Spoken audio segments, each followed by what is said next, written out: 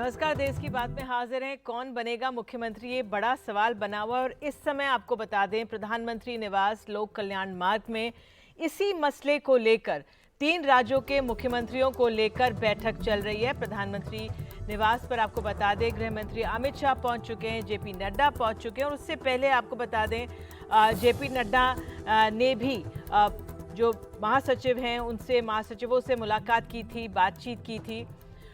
तीनों राज्यों के मुख्यमंत्री उम्मीदवारों के नाम पर चर्चा संभव।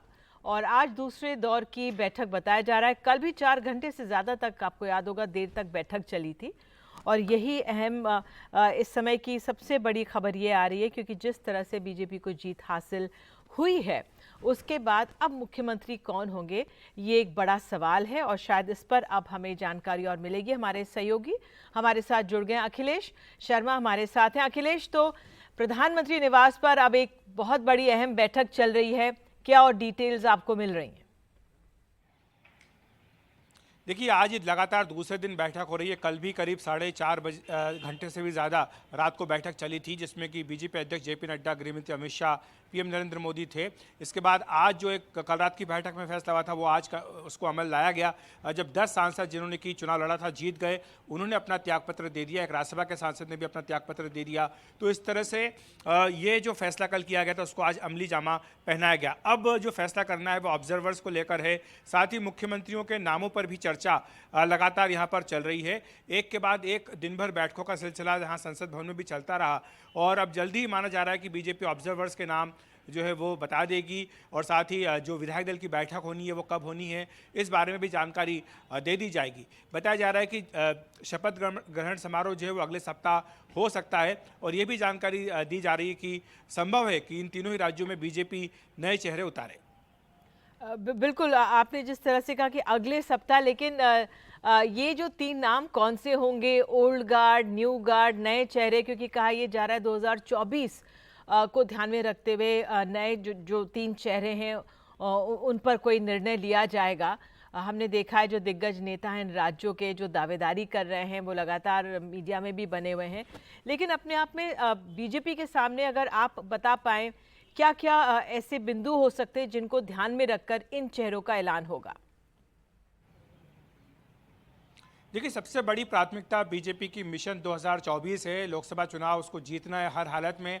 और ये तीनों ही राज्य काफ़ी क्रूशियल हैं इस लक्ष्य के लिए। पिछले 2 लोकसभा चुनाव में लगातार यहाँ पर बीजेपी को बड़ी कामयाबी मिली थी। करीब करीब 100% सीटें पार्टी ने यहाँ पर जीती हुई है। तो बीजेपी चाहेगी कि 2024 में भी यही परफॉर्मेंस रिपीट हो। इसीलिए कहा जा रहा है कि अब यहाँ पर पीढ़ी का बदलाव होगा, नए मुख्यमंत्री बनाए जाएंगे, नए चेहरे होंगे।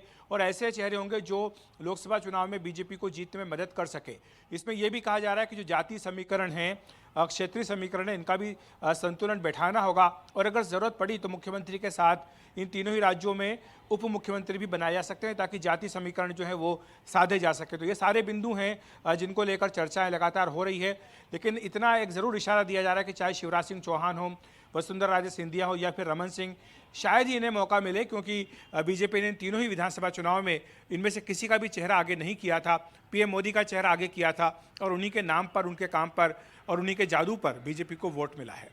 बिल्कुल अखिलेश, ये सवाल तो मैं आपसे नहीं पूछ सकती कि किन नामों पे चर्चा चल रही है, आंकलन है, क्योंकि ये अंत में जो बैठक आज हो रही है प्रधानमंत्री की, गृह मंत्री, उसी में ही साफ होगा, उसी पर ही मुहर लगाई जाएगी।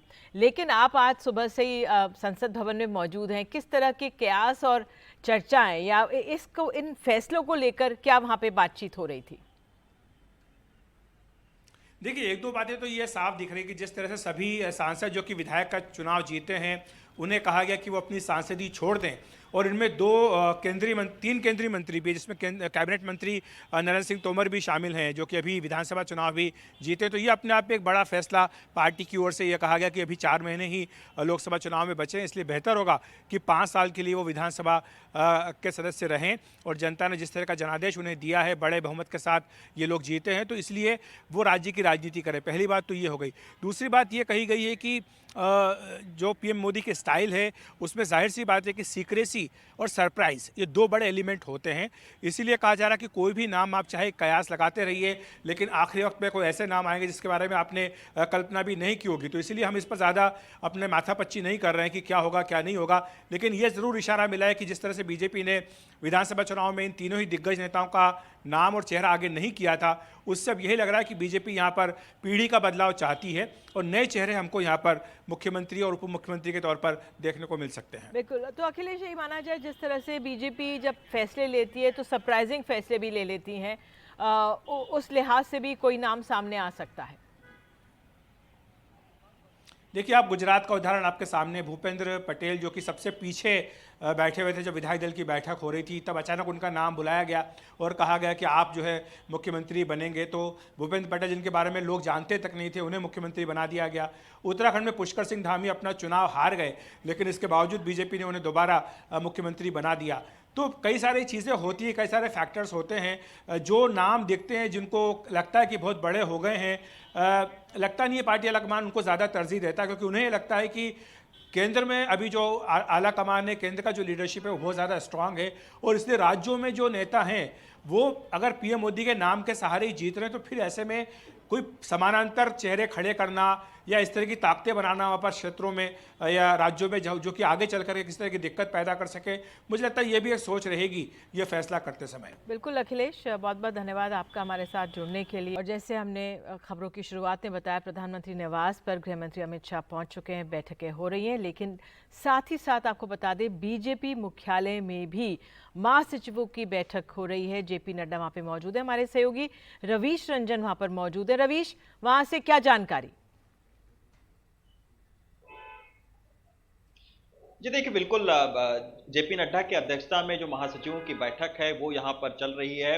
और इसमें भी जो कल जो मीटिंग हुई थी पीएम के साथ में जेपी नड्डा की, उस मीटिंग के कुछ पहलुओं को जरूर जो है वो महासचिवों के साथ में भी डिस्कस किया जाएगा और किया जा रहा है। अभी यहाँ पर राजस्थान के जो नेता हैं राजवर्धन सिंह राठौड़, वो भी जेपी नड्डा से मिलने के लिए पहुंचे हुए हैं। तो ये जीत के क्या मायने हैं, इस जीत में संगठन की क्या अच्छी भूमिका रही, क्या खराब भूमिका रही, इन सब पर जो है वो डिस्कशन चल रहा है। हो सकता है कि इस बैठक के बाद में आज देर रात को जो 3 राज्यों के पर्यवेक्षक हैं उनके भी नामों की घोषणा हो, क्योंकि पर्यवेक्षक भी जाएंगे अलग-अलग राज्यों में और विधायक दल के नेता चुनने में उनकी भी भूमिका अहम होती है। विधायकों के मूड को भांपना, वो क्या चाहते हैं उसको देखना, फिर उसकी एक रिपोर्ट यहाँ पर भेजना। तो इन सब की प्रक्रियाओं पर जो है वो अलग-अलग चर्चाएं हो रही हैं। पीएम के घर पर अलग बैठक हो रही है और बीजेपी के मुख्यालय में लगातार महासचिवों के साथ में यहाँ पर बैठक हो रही है। अभी तक जो कयास ये लगाए जा रहे हैं कि नए चेहरे को लाने पर इन तीनों ही राज्यों में एक सैद्धांतिक जो सहमति है वो संगठन के अंदर बन गई है, क्योंकि कल की बैठक में बीएल संतोष भी मौजूद थे जो कि संगठन महामंत्री हैं। तो अब कौन से चेहरे को लेकर आया जाए, क्या शिवराज सिंह चौहान, वसुंधरा राजे जैसे पुराने चेहरे को दरकिनार करने से इसका कोई सियासी नुकसान होगा, इन सब पर जो है वो गहरा जो विचार मंथन है वो चल रहा है। और आपको पता है निधि कि जिस तरीके से हरियाणा में हमने देखा, उत्तर प्रदेश में देखा कि हमेशा से मुख्यमंत्री को चुनने में बीजेपी के एक सरप्राइज एलिमेंट रहा है, जैसा कि दूसरे राज्यों में भी हमने देखा है। तो जो यहाँ के नेता हैं, जो सूत्र हैं जिनसे अभी तक हमारी बात हो रही है, उनका ये कहना है कि अब प्रधानमंत्री नरेंद्र मोदी के पाले में गेंद है और निर्णय लेने में सरप्राइज एलिमेंट यहाँ पर भी देखने को मिल सकता है, क्योंकि अगर पुराने चेहरों को ही उतारना होता तो अब तक बीजेपी जो प्रक्रिया है वो बहुत आगे बढ़ चुकी होती। तो ऐसा कुछ जरूर है कि कहीं ना कहीं कुछ नेतृत्व में जो बदलाव है, कुछ युवा, महिलाएं, आदिवासी, उन चेहरों को जो है वो सामने लाया जा सकता है। और आपको ये बता दें कि बीजेपी मुख्यालय पर भी वहाँ पर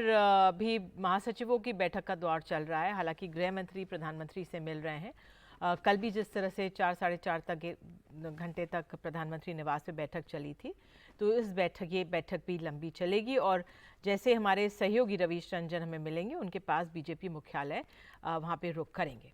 आइए आगे बढ़ते हैं। देश की बात में चुनावों से जुड़ी हुई एक खबर पर नजर डाल लेते हैं। साल 2013 में 5 राज्यों के चुनाव में नोटा का प्रयोग हुआ, जिसमें मध्य प्रदेश भी शामिल था, लेकिन 2018 से 2023 तक नोटा की भी सरकार बनाने या किसी का खेल बिगाड़ने में अहम भूमिका हो गई थी। छत्तीसगढ़ के मुख्यमंत्री भूपेश बघेल ने तो नोटा को खत्म करने तक की मांग कर दी थी। एक रिपोर्ट।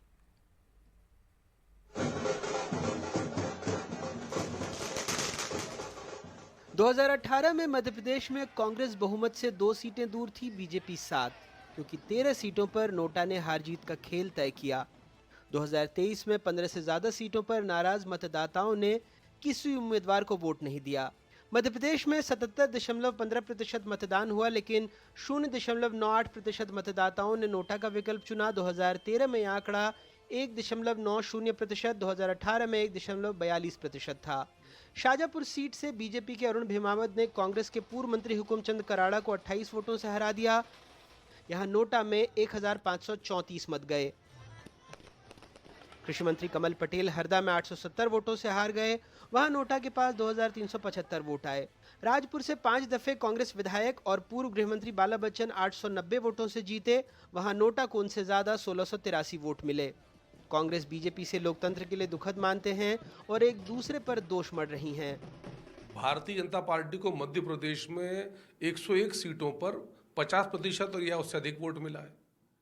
बाकी शेष सीटों पर भारतीय जनता पार्टी को 40 से 50% के बीच मत मिले, तो कुल मतों के 50% से अधिक मत यदि भारतीय जनता पार्टी को मिल रहे हों और कांग्रेस को 15-20 सीटों पर नोटा से कम मत मिल रहे हों, तो दोष किसका? कांग्रेस का कि भाजपा का? दोष कांग्रेस की तुष्टीकरण की नीतियों का, भ्रष्टाचारी नीतियों का, परिवारवादी नीतियों का, और जिम्मेदार भाजपा। अभी भी कांग्रेस यदि समझने को तैयार नहीं है तो जनता और धरातल में लेकर जाएगी कांग्रेस को। तो ये चिंता का विषय है और इसके जिम्मेदार हम मानते हैं, हम सब हैं, लेकिन सबसे बड़ी जिम्मेदार वो पॉलिटिकल पार्टी है जो सत्ता में थी। और नोटा का इस तरह से बढ़ के ऊपर आना हर राजनेता को, राजनीतिक दल को चिंता में डालता है और उसको चिंतन मंथन करना भी चाहिए। लेकिन हमारा वोट शेयर पूरा वही है जो पिछली बार था, तो हमारा वोट शेयर तो नहीं हिला। बीजेपी का बड़ा ज़रूर है, पर कहाँ से ये नोटा की तरफ गया, ये एक सवाल सबके लिए है और सब इसके ऊपर चिंतन मंथन कर रहे हैं। ये भी आंकड़े गौर करने वाले हैं कि मध्य प्रदेश के चुनाव में जनता दल यू ने 10 उम्मीदवारों को मैदान में उतारा, उसे मात्र 0.02% वोट मिले और 9 उम्मीदवारों की जमानत जब्त हो गई। आपने भी 70 उम्मीदवार उतारे, उसे भी 0.53% वोट मिले, नोटा से लगभग आधे। अगर नोटा कोई राजनीतिक दल होता तो आम बोलचाल की भाषा में उसे वोट कटवा कहते, यानी हम तो डूबेंगे सनम, तुम्हें भी नहीं छोड़ेंगे। बहरहाल ये बात तंज में कही गई, लेकिन कम से कम मतदाता के पास एक विकल्प तो है राजनीतिक दलों को ये बताने का कि उसने जिन उम्मीदवारों को उम्मीदवारी दी है वो उसे पसंद नहीं है। भोपाल से अपने सहयोगी अमृतांशी जोशी और कैमरा पर्सन रिजवान खान के साथ अनुराग द्वारी, एनडीटीवी इंडिया। और अब एक और राज्य जहां पर चुनाव हुए थे, मिजोरम, जहां नया चुनावी इतिहास गढ़ा गया है। एक नई पार्टी ने 40 में से 27 सीटें जीती हैं, तो साथ ही पहली बार 3 महिलाओं ने चुनाव जीता है। एक रेडियो जॉकी हैं, एक टीवी प्रेजेंटर हैं और एक उद्योग जगत से हैं जो सबसे कम उम्र की विधायक बनी हैं। एक रिपोर्ट।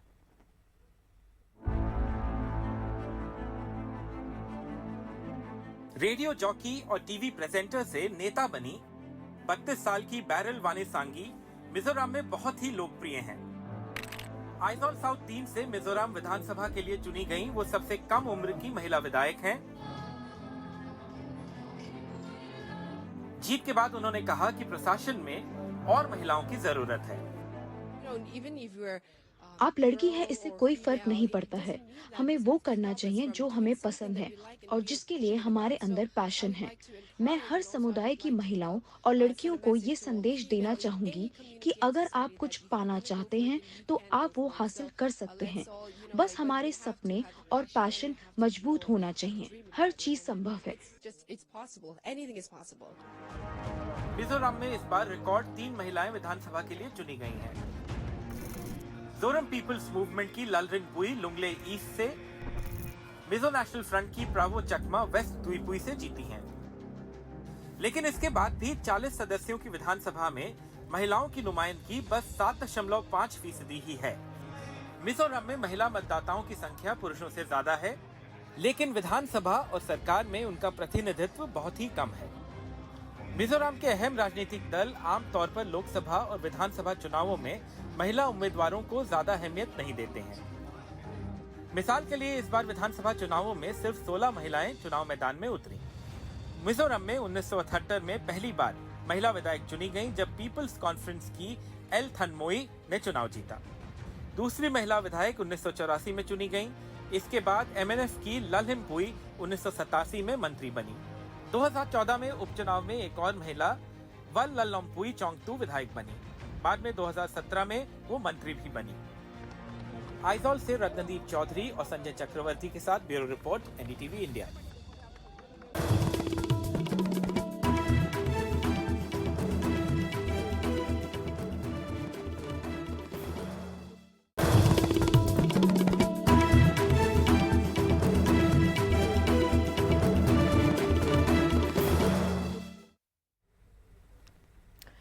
तो बात करते हैं राजस्थान की। जयपुर में घोघा मेढ़ी हत्याकांड से राजस्थान एक तरह से सकते में है। राजपूत करनी सेना के प्रमुख सुखदेव सिंह घोघामेड़ी की हत्या के विरोध में आज राजपूत संगठनों ने पूरे राजस्थान में बंद का ऐलान रखा। मामले की जांच के लिए एसआईटी बनाई गई। इस बीच शूटर की पहचान कर ली गई, जिसमें एक रोहित सिंह राठौर नागौर का रहने वाला जबकि दूसरा नितिन फौजी हरियाणा का रहने वाला बताया जा रहा है। अहम यह है कि घोघामेड़ी पर हमले को लेकर पहले से ही राज्य सरकार के पास अलर्ट था। उसने राज्य सरकार से इस खतरे को लेकर सुरक्षा की भी मांग की थी, जो मुहैया नहीं कराई गई थी। पंजाब पुलिस ने इस अलर्ट को लेकर राजस्थान सरकार को पत्र लिखा था।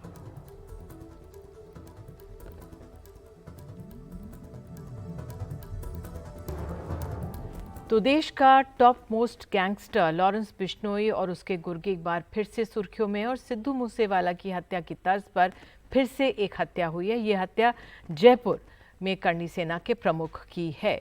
सूत्रों के मुताबिक इस हत्याकांड की साजिश जेल और विदेश में बैठकर रची गई।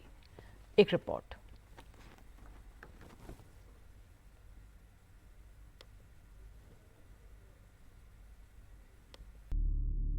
शूटर आए और श्री राजपूत करनी सेना के प्रमुख सुखदेव सिंह गोगी मेड़ा की उन्हीं के घर में हत्या कर फरार हो गए। कुछ ही देर में सोशल मीडिया पर राजस्थान के गैंगस्टर रोहित गोदारा की एक पोस्ट आई, जिसमें लिखा था, सभी भाइयों को राम राम, मैं रोहित गोदारा कपूरसरी।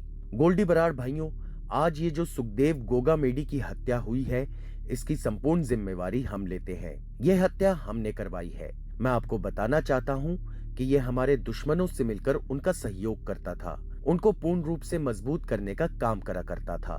और रही बात हमारे दुश्मनों की, तो वो अपने घर की चौखट पर अपनी अर्थी तैयार रखे। इस पोस्ट के बाद ये साफ हो गया कि हत्या का गैंग वॉर और गैंगस्टर कनेक्शन है। राजस्थान के बीकानेर के रहने वाले रोहित गोदारा पर 32 से ज्यादा मामले दर्ज हैं। राजस्थान में गैंगस्टर आनंद पाल सिंह की हत्या के बाद वो उसके गैंग की कमान संभाल रहा था, लेकिन 13 जून 2022 को वो दिल्ली से फर्जी पासपोर्ट पर दुबई भाग गया। दुबई से अजरबैजान और फिर अमेरिका। फर्जी पासपोर्ट में उसने अपना नाम पवन कुमार लिखवाया था। रोहित गोदारा के खिलाफ रेड कॉर्नर नोटिस जारी है और सुरक्षा एजेंसियां उसकी तलाश कर रही हैं। लेकिन गोदारा विदेश में बैठकर गोल्डी बराड़ और लॉरेंस बिश्नोई का राजस्थान में पूरा काम संभाल रहा है। वो राजस्थान के कारोबारियों से 5 करोड़ से लेकर 17 करोड़ तक की फिरौती मांग चुका है।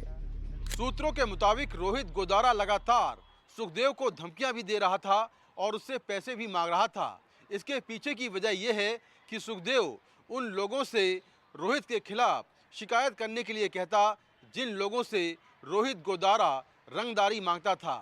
इसके अलावा सुखदेव रोहित के विरोधी लोगों से भी मिला हुआ था। राजस्थान पुलिस के मुताबिक गोदारा और सुखदेव की दुश्मनी काफी पुरानी थी। सुखदेव के खिलाफ राजस्थान और हरियाणा में करीब 30 केस दर्ज हैं। वो गोगी मेड़ा थाने का हिस्ट्री शीटर भी है। अपराध की दुनिया में रहते ही उसकी रोहित गोदारा से दुश्मनी हुई, जो फिर एक तरह से गैंग वॉर में तब्दील हो गई। सिद्धू मूसेवाला की तर्ज पर उसकी हत्या की साजिश रची गई, जिसकी पुष्टि पंजाब पुलिस ने की। 14 मार्च को पंजाब पुलिस ने भी राजस्थान पुलिस को पत्र लिखकर आगाह किया और बताया कि भटिंडा जेल में बंद गैंगस्टर संपत नेहरा और लॉरेंस बिश्नोई अपने गुर्गों के जरिए सुखदेव की हत्या को कराने की फिराक में है। लेकिन राजस्थान पुलिस ने कोई कार्रवाई नहीं की। सुखदेव की हत्या में शामिल शूटर नितिन फौजी हरियाणा के महेंद्रगढ़ से है और रोहित राठौड़ नागौर से है। विदेश और जेल में बैठकर हत्याओं की प्लानिंग, शूटरों की हायरिंग, गाड़ियों और हथियारों का इंतजाम, ये सारा काम लॉरेंस बिश्नोई गैंग एक कॉरपोरेट कंपनी की तरह करता है और फिर ये क्राइम कंपनी इसी तरह से लगातार टारगेट किलिंग और हत्याओं को अंजाम दे रही है। नई दिल्ली से कैमरामैन मनोज ठाकुर के साथ मैं Mukesh Singh Sengar, NDTV India.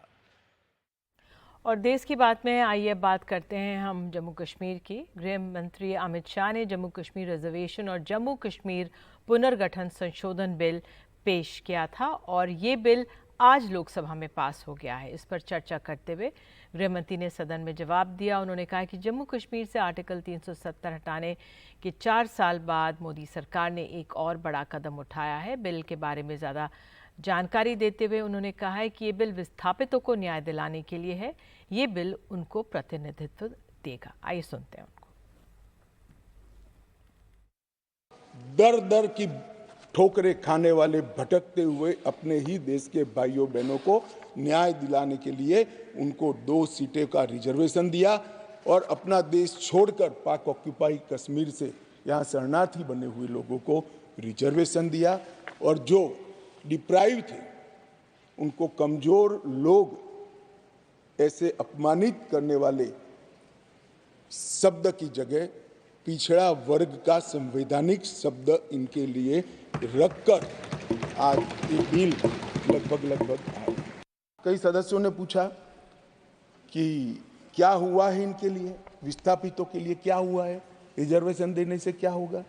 Reservation देने से उनकी आवाज कश्मीर की विधानसभा में गूंजेगी और फिर कोई ऐसी स्थिति करना जाएगा तो नहीं रोकेंगे वो, क्योंकि उनकी आवाज वहां। फिर कहते हैं शेड्यूल ट्राइब हमने ये जो है इनको दिया है, जो है कैंसर कहते हैं ये गुजर और बकरवाल। वो मेहरबानी है इंदिरा गांधी की। जब उनने लद्दाखियों को शेड्यूल ट्राइब दिया तो 83 में जब इलेक्शन होने वाले थे वो रजौरी आई और वहाँ कहा मैं यहाँ न सिर्फ गुजर और बकरवाल को जिनको दे रही हूँ, मैं जितने भी लोग यहाँ हैं, हिंदू हैं, मुसलमान हैं, कुछ भी हैं, दलित हैं, उन सबको मैं रिजर्वेशन दूँ।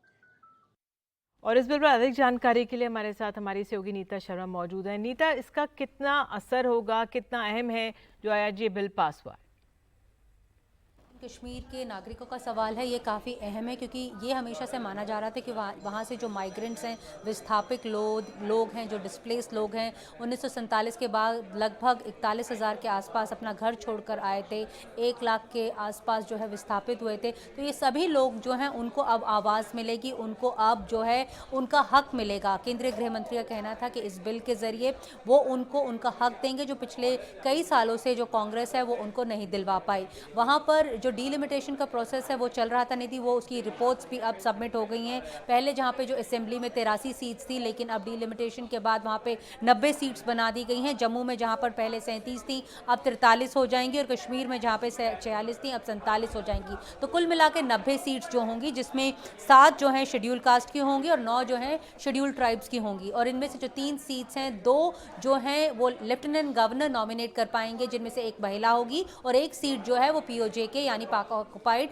जम्मू एंड कश्मीर की होगी। तो ये सारा का सारा आंकड़ा जो है केंद्रीय गृह मंत्री ने उसको बताया वहाँ पे कि क्यों ज़रूरी था डिस्प्लेस लोगों को उनकी आवाज़ देनी, क्यों ज़रूरी थी। उन्होंने यही नहीं, पूर्व जो प्रधानमंत्री हैं जवाहरलाल नेहरू, उनके ऊपर भी निशाना साधा और उन्होंने कहा कि जब जो उनके द्वारा जो फैसले लिए गए वो हिमालयन ब्लंडर थे, अगर नहीं होते तो आज भारत का जो इतिहास है और भारत की जो शक्ल है वो कुछ अलग होती। यही नहीं, उन्होंने ये भी बोला कि जो अलगाववाद है, जो 370 के हटाए जाने के बाद वहाँ पे अलगाववाद खत्म हुआ है, वहाँ पे आतंकवाद खत्म हुआ है। उन्होंने उसके मुतल्लिक जो है वो आंकड़े भी दिए कि किस तरह 2014 के बाद से, जब से नरेंद्र मोदी की सरकार आई है, तब से 70% जो है वहाँ पे जो आतंकी मारे जाने की जो वारदातें हैं उनमें कमी आई है, सिक्योरिटी फोर्सेस के मारे जाने की जो वारदातें हैं वो कमी आई है। उन्होंने कांग्रेस को ये भी याद दिलाया कि जो 370 था उसके ऊपर लिखा हुआ था कि वो टेम्परेरी प्रोविजन है, वो बात जो है वो कांग्रेस याद नहीं करती। साथ में उन्होंने ये भी बताया कि किस तरह से वहाँ पर डिग्री कॉलेज हो, चाहे अस्पताल हो, किस तरह से पिछले 3-4 साल में वहाँ पर सारे बनाए गए हैं। टूरिज्म को लेकर, हम इकोनॉमी को लेकर हमेशा बात करते रहते हैं, तो उनका कहना था कि जहाँ 2014 में सिर्फ 14 लाख जो पर्यटक हैं वहाँ पर पहुँचे थे, लेकिन इस साल के अंत तक यानी दिसंबर के अंत तक 2 करोड़ लोग जो हैं वो वहाँ पर घूमने जाएंगे। तो हर एक मापदंड पे उन्होंने जो है एक खांचा खींचा और उन्होंने बताया कि किस तरह से 370 हटाए जाने के बाद जो नया कश्मीर है उसकी तस्वीर कैसे उभर कर सामने आई है। निधि, बहुत धन्यवाद नीता, बहुत बहुत धन्यवाद इस जानकारी के लिए। तो फिलहाल इसी खबर के साथ देश की बात में एक छोटा सा ब्रेक लेते हैं और ब्रेक के बाद हम आपको बताएंगे आज संविधान निर्माता डॉक्टर भीमराव अंबेडकर की पुण्यतिथि है और उसी पर एक खास बातचीत आपको सुनाएंगे।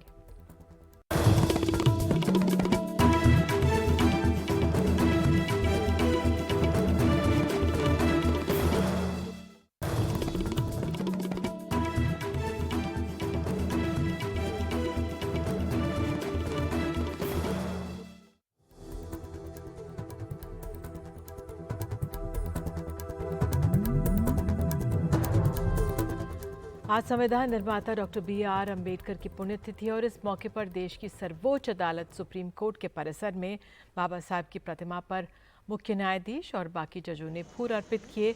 वहीं दूसरी तरफ संसद परिसर में राष्ट्रपति, प्रधानमंत्री, उपराष्ट्रपति, लोकसभा अध्यक्ष ने भी श्रद्धा सुमन अर्पित किए। इस खास मौके पर देश के मुख्य न्यायाधीश DY चंद्रचूड़ ने NDTV के हमारे सहयोगी आशीष भार्गव से खास बातचीत में कहा है कि 75 साल पहले जो मूलभूत सिद्धांत बाबा साहब ने दिए उनका हम पालन कर रहे हैं। न्यायपालिका के लिए बहुत महत्वपूर्ण दिन है।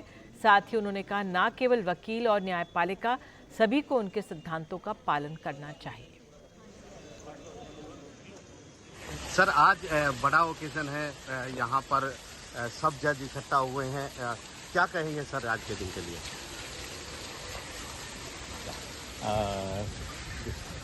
जी सर। आशीष, आज का जो दिन है जी, वो मैं समझता हूँ सारे देश में स्वर्ण अक्षर में लिखा हुआ दिन है जी।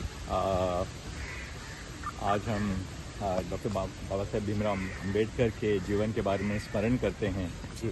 वो संविधान के शिल्पकार थे जी, और जो उन्होंने मूलभूत सिद्धांत 75 साल पहले हमारे लिए अंकित किए, उनका हम पालन कर रहे हैं न्यायपालिका में। तो हम लोगों के लिए बहुत महत्वपूर्ण दिन है और इस साल उनका स्टैच्यू सुप्रीम कोर्ट में आया है जी। तो हमें लगता है कि साक्षात वो हमारे साथ हैं। जी जी जी सर, स्टैच्यू आया है, एक प्रतीक भी है और एक संदेश भी है देश के लोगों के लिए जी। और कुछ सर आप कहना चाहेंगे देश के लोगों के लिए? मैं समझता हूँ कि ये जो सिद्धांत डॉक्टर बाबा साहेब अम्बेडकर के जीवन के हैं, वो हर एक नवयुवक को, हर एक बच्चे को, हर एक बुजुर्ग को, हम सबको अपने जीवन में निजी रूप से अपनाना चाहिए। और हर रोज़ हमारी दिनचर्या जो होती है उसमें कई तरह से इन सिद्धांतों को हम अपना सकते हैं, इनका पालन कर सकते हैं। यही नहीं कि केवल वकील या न्यायपालिका ही इसका पालन कर सकते हैं, हर एक को करना चाहिए।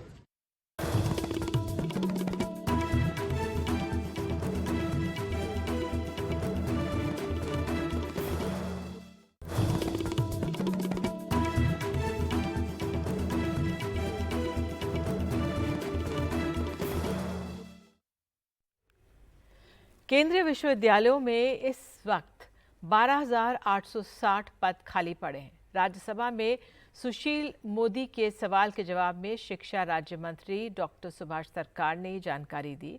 उन्होंने बताया है कि करीब 18,940 पद मंजूर हैं, जिनमें से तकरीबन 6,080 पर नियुक्ति हो चुकी है। और जानकारी दे रहे हैं हमारे सहयोगी हिमांशु शेखर। आज देश में जो सेंट्रल यूनिवर्सिटीज़ हैं उसमें 12,860 टीचर्स के जो पोस्ट हैं उनकी वैकेंसी है, वो खाली पड़े हुए हैं। ये खुलासा शिक्षा राज्य मंत्री सुभाष सरकार द्वारा राज्यसभा में दिए गए एक लिखित जवाब में हुआ है।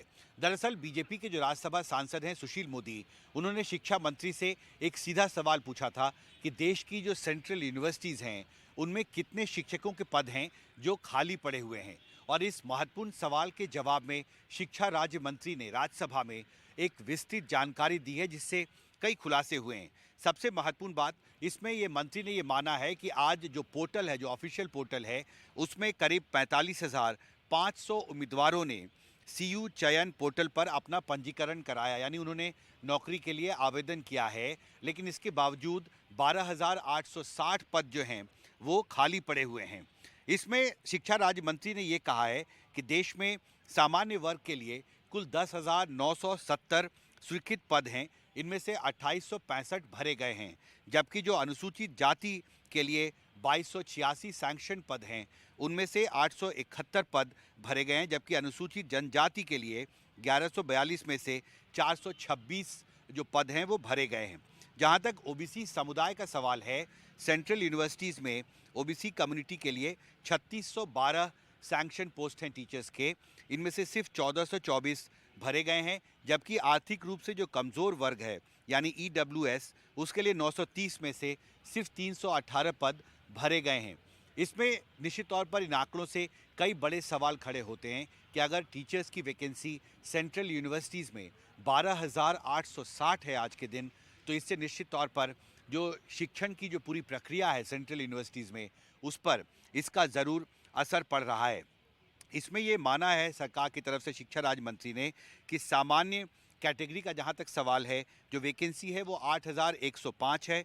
जहाँ तक एससी कम्युनिटी का सवाल है, 1415 पद रिक्त पड़े हुए हैं, जबकि अनुसूचित जनजाति के 716, ओबीसी कम्युनिटी के 2188 पद खाली पड़े हुए हैं, जबकि आर्थिक रूप से कमज़ोर वर्ग के 612 पद रिक्त हैं और बेंचमार्क विकलांग व्यक्तियों के लिए 381 पद रिक्त हैं। और ये वैकेंसीज ऐसे समय पर है जबकि जो सरकारी पोर्टल है नौकरी के आवेदन के लिए, उसमें 45,500 उम्मीदवारों ने अब तक सीयू चयन पोर्टल पर अपना पंजीकरण कराया। तो निश्चित तौर पर आवेदन बहुत बड़ी संख्या में शिक्षकों ने किया है नौकरियों के लिए सेंट्रल यूनिवर्सिटीज़ में, लेकिन इसके बावजूद 12,860 जो पोस्ट हैं टीचर्स के, वो आज के दिन सेंट्रल यूनिवर्सिटीज़ में खाली पड़े हुए हैं।